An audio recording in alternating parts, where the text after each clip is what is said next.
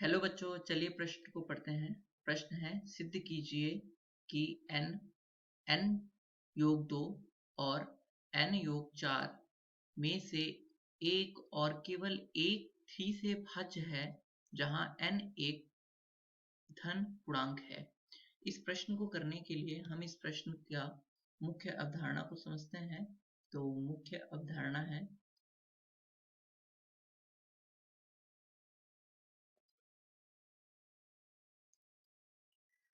अगर हमारे पास कोई भी दो पूर्णांक a तथा b हैं, तो यूक्लिड विभाजन एल्गोरिथ्म के अनुसार यहाँ पर और a b से बड़ा है, तब a बराबर b क्यों योग r होता है, जहाँ पे q और r भी कोई पूर्णांक है, तथा जो r जो है वो हमेशा 0 से बड़ा या 0 के बराबर होता है तथा b से हमेशा छोटा होता है। हमें इस प्रश्न में सिद्ध करना है कि n योग 2 n योग 4 में से कोई एक और केवल एक ही 3 से भाज्य है। तो इसको प्रूफ करने के लिए, इसको सिद्ध करने के लिए हम क्या करते हैं, हम सबसे पहले मान लेते हैं कि n एक पूर्णांक है। माना n एक धन पूर्णांक है।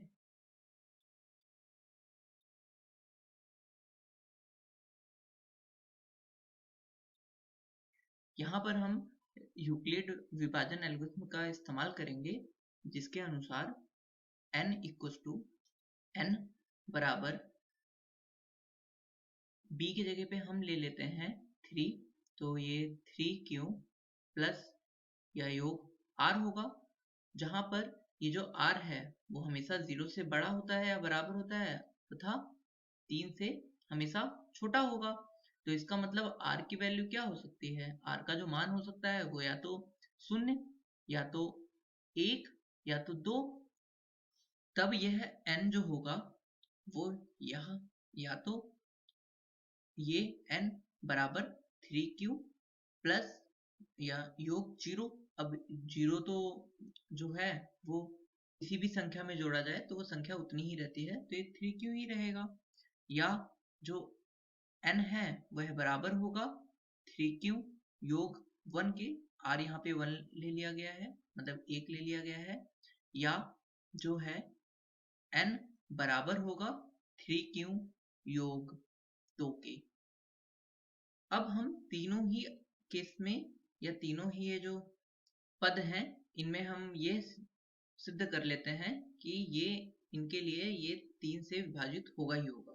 तो अब इनके लिए हम फर्स्ट ले लेते हैं n बराबर 3q। तो हमें क्या प्रूफ करना है कि n सिद्ध क्या करना है, n योग 2 n योग 4 में से एक ही। तो अगर n जो है वो 3q है, देन तब क्या होगा, n तो 3q ही रहेगा। तो इसका मतलब ये तो क्या है, ये 3 से विभाजित है, तो ये 3 से विभाज्य है।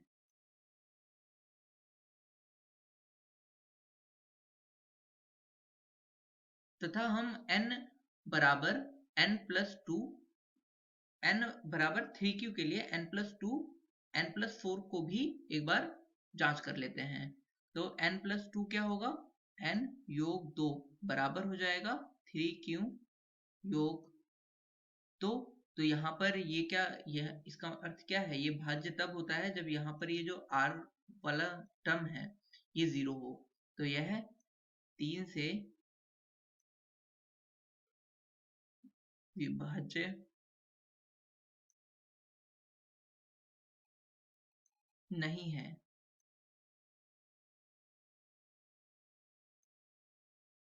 तथा n योग 4 भी 3 से विभाज्य नहीं होगा, क्योंकि n ये बराबर किसके हो जाएगा, 3q योग 4 को लिख सकते हैं 3 प्लस 1, और जो कि बराबर हो जाएगा 3 को हम अगर इन दोनों में से बाहर ले लें तो ये हो जाएगा क्यू प्लस 1 और यहाँ पर योग 1 बचेगा, जो कि ये भी क्या होगा, यहाँ पर भी यहाँ पर ये जो आ रहा है वो 1 से क्या है कि ये 0 नहीं है, सो ये भी क्या होगा 3 से विभाज्य नहीं होगा। तो यहाँ पर सिर्फ 1 मिला जो कि 3 से विभाज्य है। तो अब हम सेकंड वाले पद के लिए चेक कर लेते हैं। जब n बराबर 3q योग 1 हो, तब हमें चेक किसको करना है, n योग 2 और n योग 4 को चेक करना है, इन्हीं को चेक करना है।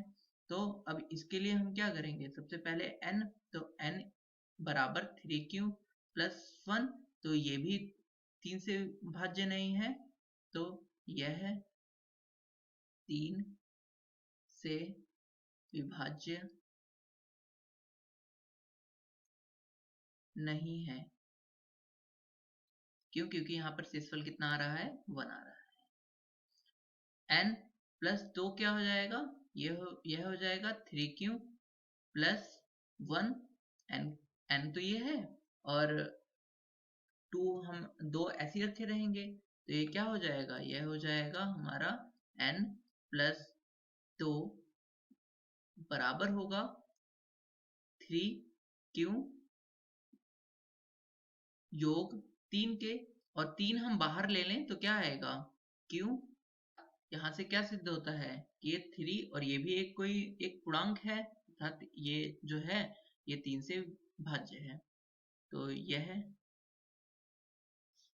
3 से विभाज्य है।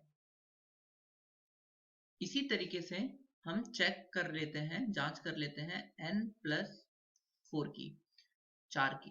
तो n यहाँ पर क्या है, n हमारा 3q योग 1 है, योग 4 को हम ऐसे लिखे रहेंगे। तो 1 योग 4 जो कि बराबर हो जाएगा 5 के, तो ये हो जाएगा 3q योग 5 जो कि बराबर हो जाएगा 3q, जो 5 है उसको हम लिख सकते हैं 2 योग 3। तो हम 3 और यहाँ से 3 जो है वो बाहर ले लेते हैं, तो 3 गुणा q योग 1 योग 2। तो यहाँ पर भी क्या हो गया, ये तो एक पूर्णांक होगा, तो इसका मतलब यहाँ पे शेषफल कितना आ रहा है, 2। तो यह भी क्या बताता है कि यह जो है 3 से विभाज्य नहीं है।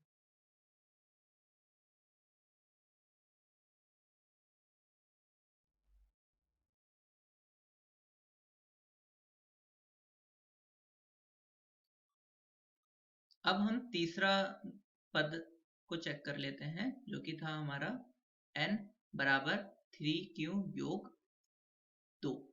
तो यह n तो 3 से भाज्य नहीं है, क्यों? क्योंकि यहाँ पर शेषफल कितना आ रहा है, 2 आ रहा है। तो यह 3 से विभाज्य नहीं है, नहीं है। अब हम n योग 2 को चेक कर लेते हैं। तो n तो है 3q योग 2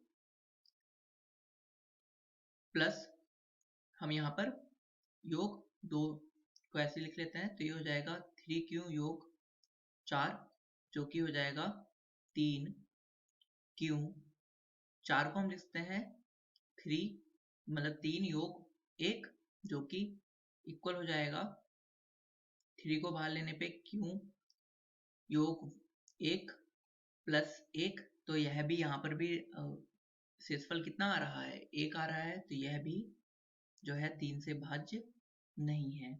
तो यह 3 विभाज्य नहीं है।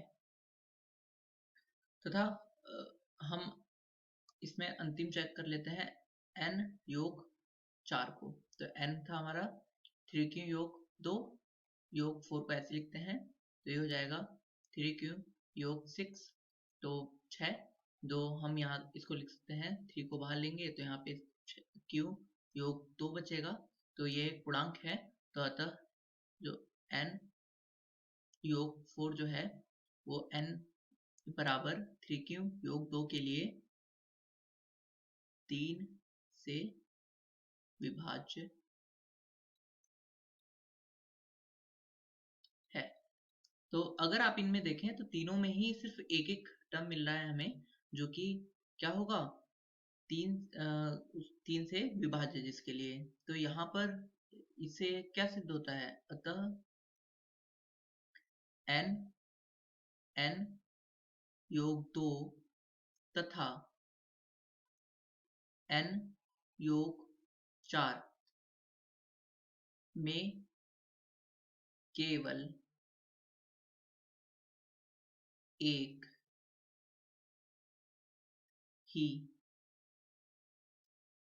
संख्या 3 से विभाज्य है। हमको इस प्रश्न में यही सिद्ध करना था। सो हम आशा करता हूँ आपको यह प्रश्न समझ में आया होगा। धन्यवाद।